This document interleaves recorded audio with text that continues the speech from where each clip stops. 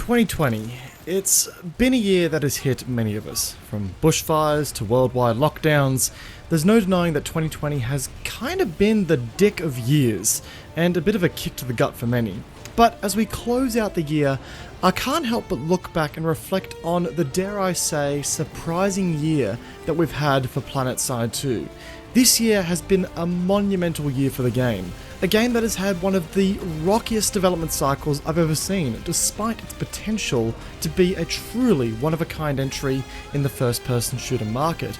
And after all these years, 2020 is the first year that we've had in a very long time that I can confidently say has been a year solely focused on realizing and acting upon that potential for this game. So today, ladies and gentlemen, I want to walk down memory lane with you all and look back on just how impactful this year has been to the growth and success of Planetside 2 in its 8th year of being a released game, and what exactly has made that possible.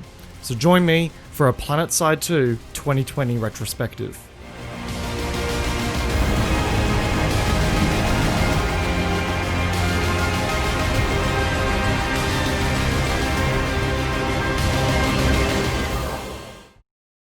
Well, to start, guys, we have to go back to late 2019, a time period where many events set the scene for the year of 2020 to be Planetside 2's year. On December 14th, 2019, it was announced that Planetside Arena would be shutting down its servers and developers would be moving on to new projects. I don't like seeing games fail. At the end of the day, Planetside Arena, at a different time in gaming history, had the potential to be cool in theory. But with the Battle Royale genre being as competitive as it was, and with the game requiring the amount of players it did to be fun, and, well, with the existing Planetside community viewing it with a rather hateful view, the game was always fighting a losing uphill battle. The closing of the game left the community wondering, what would happen to that dev power? What would happen to the assets in the game? They were about to get that answer, but not many would have seen this coming. 2020 opened with an announcement that kinda shocked many, especially considering Daybreak's recent failings in expanding the Planetside franchise. This announcement was the establishment of Rogue Planet Games. It was announced that Rogue Planet Games would be the development studio with the sole goal of developing and maintaining the Planetside franchise. In kind, the DC Universe Online franchise got a dedicated development team in the form of Dimensional Ink Games, with Darkpaw Games focusing on the EverQuest franchise. Now, this was an important critical step for the Planetside franchise in particular, for multiple reasons. It firstly, as I said before, confirmed that Daybreak Games were willing to invest in the franchise. Many originally believed that Planetside Arena was Daybreak Games' attempt to cash in on the franchise and kind of take it down the path of least resistance to make the biggest bang for buck on dev power and resources. Planetside 2 as a game requires a lot of innovation. Cut and paste Battle Royale game does not. This announcement meant that despite Planetside Arena's failings, the company wasn't done with the franchise like many feared it would be. And secondly, and in my opinion most importantly, it ensured that development manpower was committed to the franchise. We had heard all too often that development manpower was moved from the Planetside franchise to other projects like H1Z1 to capitalize on quote-unquote more profitable opportunities.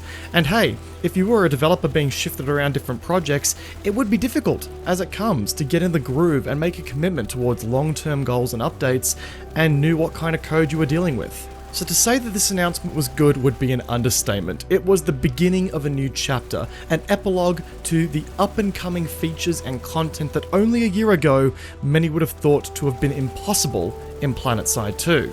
And, well, we would get our first look at these features as January 2020 wrapped up. Escalation was announced.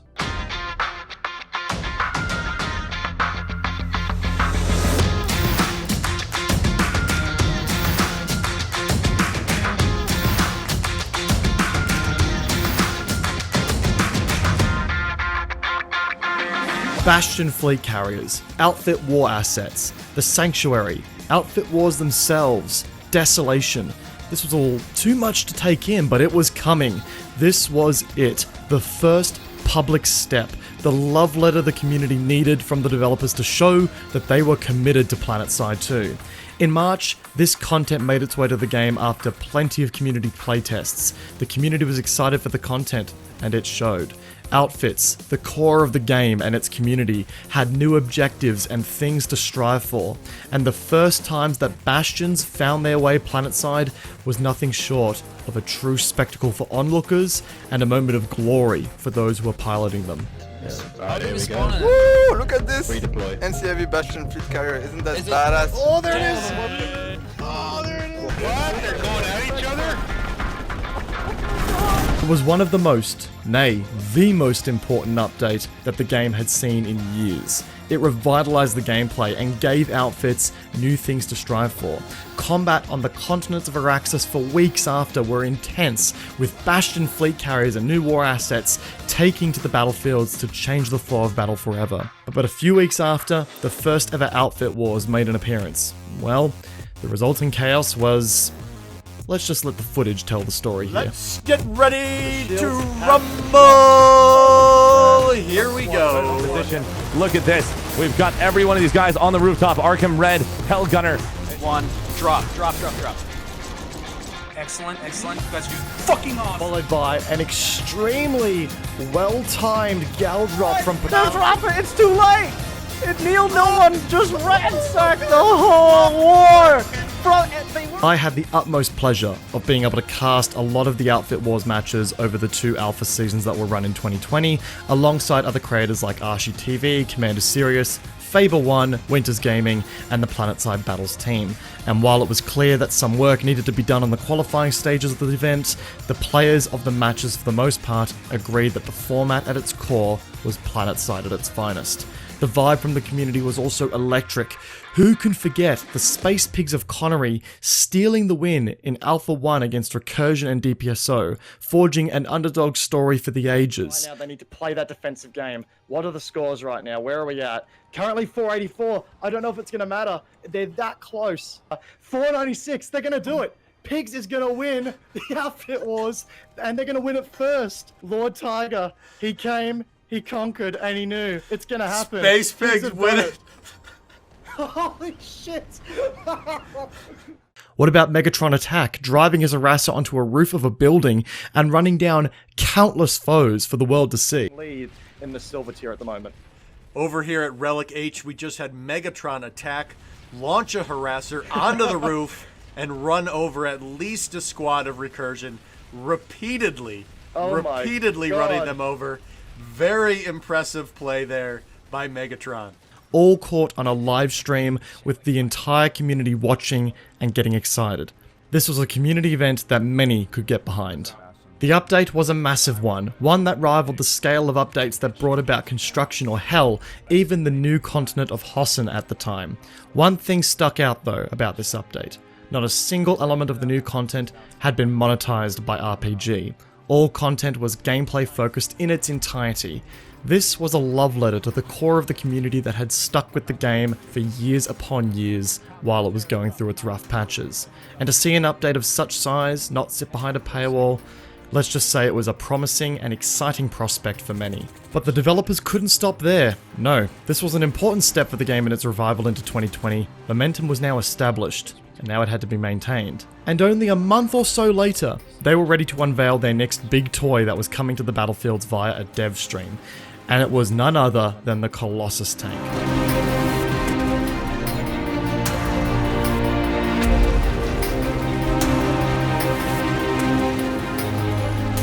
The Colossus tank was something the community had been waiting to see for a long time now, and with the emergence of Bastion fleet carriers, the Colossus had a new purpose: to be a direct counter to these behemoths. The new big boy of Araxis would act as the first 5-man crew tank to hit the battlefield, and was an additional outfit war asset that outfits could take advantage of with their hard-earned resources. In addition to the new Colossus war asset, outfits were also getting the new ability to give facilities buffs using the said war asset system. Things like passive health regeneration, automated base turrets, and discounts to force multipliers like aircraft and armor. Solo infantry players weren't being forgotten about either, with the addition of a brand new Nanite Systems SMG known as the NS66 Punisher, a weapon that would be one of the most unique additions to the game in a very long time, sporting a unique underbarrel grenade launcher. Now admittingly, this wasn't a huge game-changing update like what we saw out of the escalation update, but it did prove one thing: the developers were passionate, they were excited, And Escalation wasn't a one-time charm. They were committed to evolving this game and adding new ways to evolve the meta. And the community, man, did the community respond in kind. The vibe was nothing short of electric. Not only was there excitement for the general direction of the game, but new community events allowed for players to strive for glory in different ways on Araxis. Yes, there was the official Outfield Wars event, but we can't forget about the many different Bastion Smash, Armor Smash, Lane Smash League, Community Smash events, all these player-organised events that took place across the servers to great success.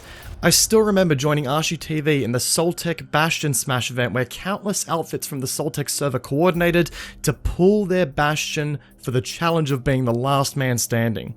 And who could forget about that incredible Jaeger Bastion Smash that had the developers allow for 3 Bastions to exist on 2 teams at the same time. 6 Bastions waging warfare.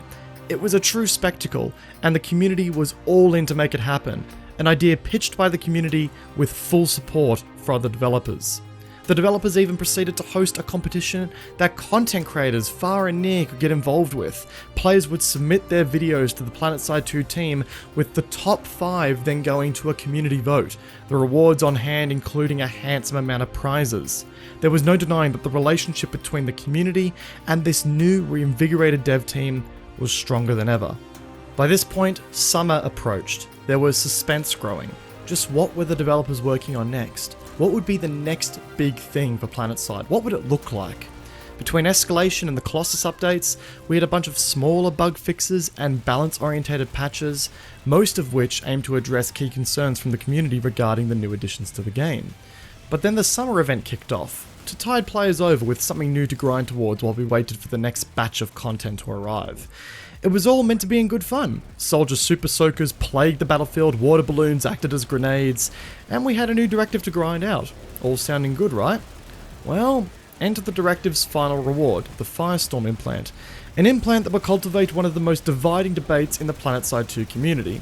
Sure, there were some slight disagreements about different elements of the Escalation update, but this implant, it drove a divide straight down the middle.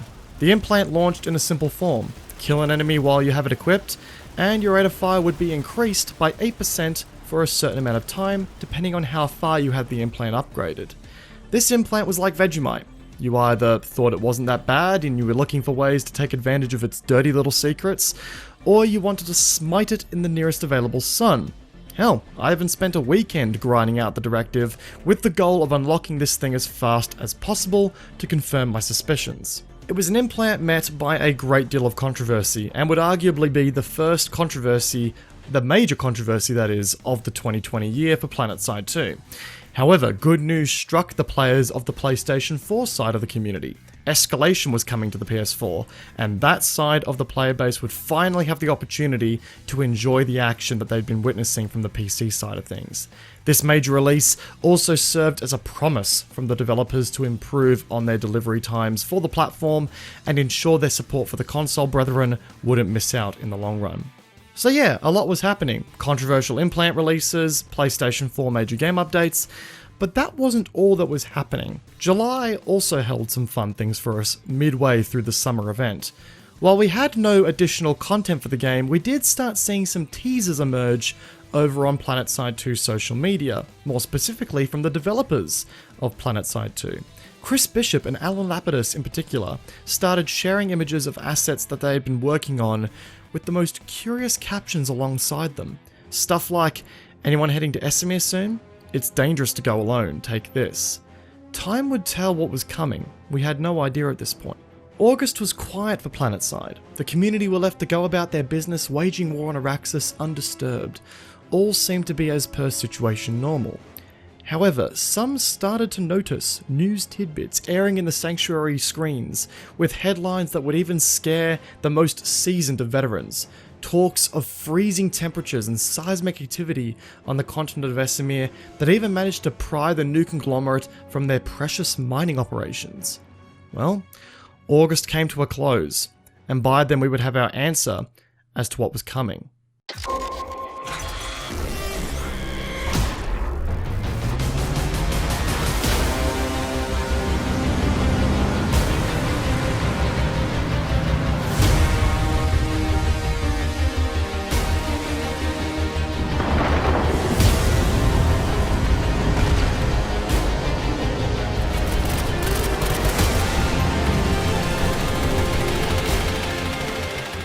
the Shattered Warpgate game update was coming. The next large-scale content update that rivaled that of the size and scope of the Escalation update. Esamir, the continent, was being reworked from the ground up, with its new quote-unquote postcard image being the now decimated northeastern Warpgate, stuck in a stasis of some kind, freezing the event in what is currently an eternal spectacle. This even included the removal of biolabs from the continent. Yeah, this was a huge step away from the previous norms for the game. The Planetside franchise received its first ever lore-driven campaign in gameplay, designed to contextualize the new developments to Esamir and give players an opportunity to dive into the world and story of the Planetside universe. A new mission system that aimed to provide players with meaningful objectives to pursue via normal gameplay was introduced. A system that also gave the developers the groundwork to add training missions to assist new players with enticing rewards through their journey. And of course, the first environmental hazard made its way to Planetside 2, a new electrical storm that would cause devastation to anything in its path. This was now a challenge the soldiers of Araxis would have to actively deal with, whether they liked it or not. This update and its features were exciting to some and not for others. The campaign on the first iteration was buggy and sported some objectives that were a touch too grindy for many, but there was some unique experiences that emerged as a result. The months that followed introduced Chapter 2 of the campaign, new gear to help with the environmental hazards, and brought about new stories to uncover via that campaign system.